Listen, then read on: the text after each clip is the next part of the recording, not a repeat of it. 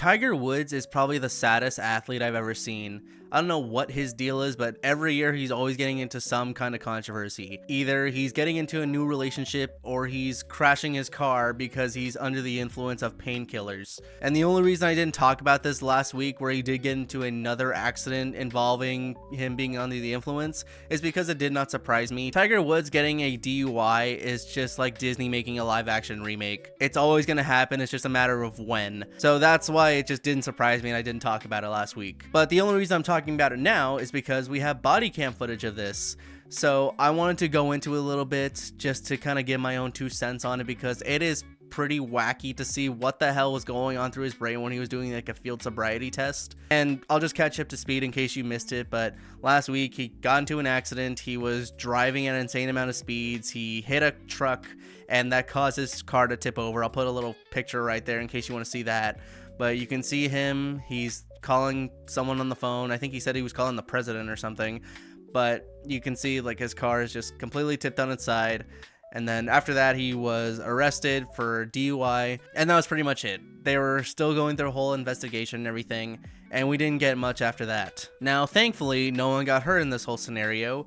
Everyone was able to walk off okay. No one was like seriously injured or anything, which is great. I'm happy to see that no one got hurt, because driving like that is a dangerous thing. There's been a lot of cases where I've been driving down the road sometimes, and some people have been, driving drunk, not like Tiger Woods, for instance. He was on a different kind of medication, but there's been times where people just absolutely go off the deep end and just full throttle everything and causes tons of mass casualties altogether. It is a horrible thing to go through. It's a horrible thing to see. And I'm just glad that, everything ended where no one got hurt. But now that that's out of the way, we can actually go into some more details of what was going on here now that we have the body cam footage. And let's just say it does not look good for Tiger Woods here, especially because he pleaded not guilty to driving under the influence. Your glasses and put it on top of the hood, and you're on top of it. And then go ahead and have a seat all the way on the push button. And then go ahead and bring your feet towards you. All the way. Perfect. And how much have you had to drink today? None. Do you take any medication? I take a few, yes. What's a few? Motrin, ibuprofen, and Okay. Did you take all of them today? Yes. Yeah. At what time? In the morning, Good night? morning. Morning, the morning. Okay. You know the milligrams for each? no, ibuprofen 8 and... Dude straight up admitted that he was pretty much overdosing on painkillers. He takes like 3 of them, and I'm pretty sure that's a lie. I'm pretty sure he takes more. But he did mention ibuprofen, which is a common use over-the-counter painkiller you can just grab no matter what.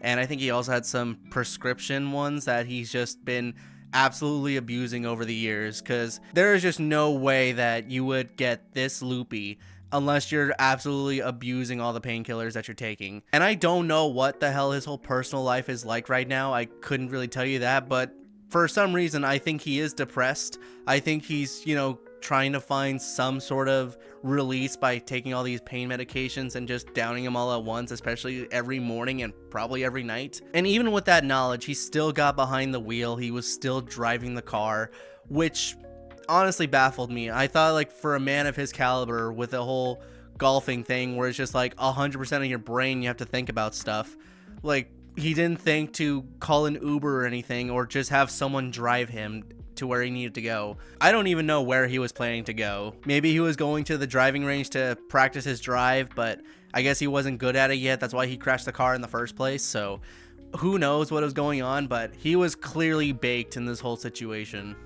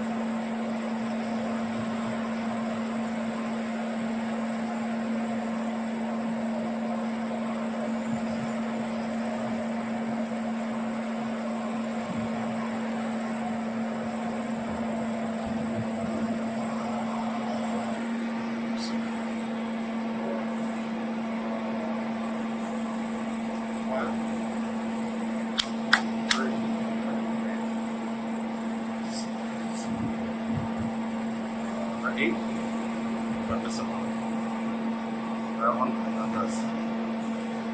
Alright, you're all done? Okay, go ahead and stand up for me. Then you're gonna face my car. Okay, go ahead and place your hands behind your back. Place them behind your back. There you go. So at this time, I do believe your normal faculties are impaired, okay? And you're under the unknown substance, okay? So at this time, you are at the risk for DUI. Yes, sir. Him doing that sobriety test was just absolutely humiliating.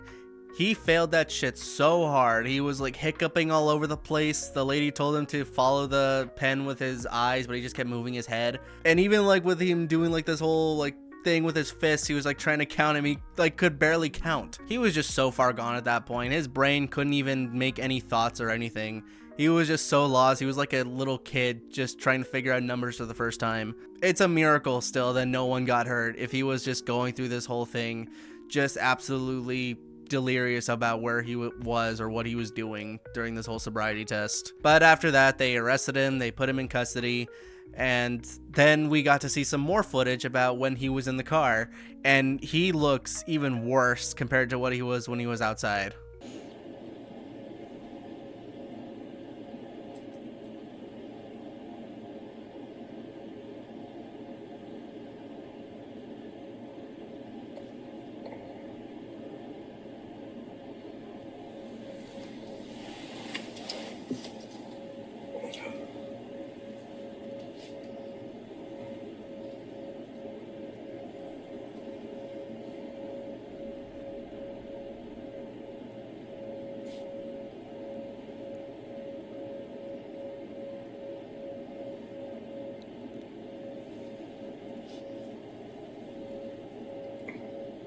I'm just going to stop it right there because it's just going to be the same thing over and over again near the very end of the clip. He's just going to be hiccuping, fighting off the drowsiness because I'm pretty sure the pills that he's taking are starting to take effect fully, which, you know, thank God it happened then and not when he was driving. If he was falling asleep or like actually fell asleep at the wheel, it could have been a lot worse.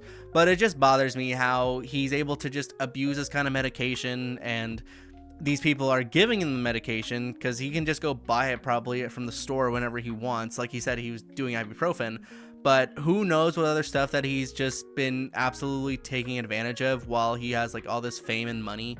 And it sucks too because you know it's probably going to happen. He's going to be arrested and then there's going to be like a bail charge and he's going to be let go a few days later just to do it all over again. It really sucks how celebrities just have this immunity pretty much where they can just have a golden ticket to get out of jail and just go do whatever they want to do without any repercussions whatsoever. Heaven forbid someone actually got injured in this whole scenario, or even worse, killed.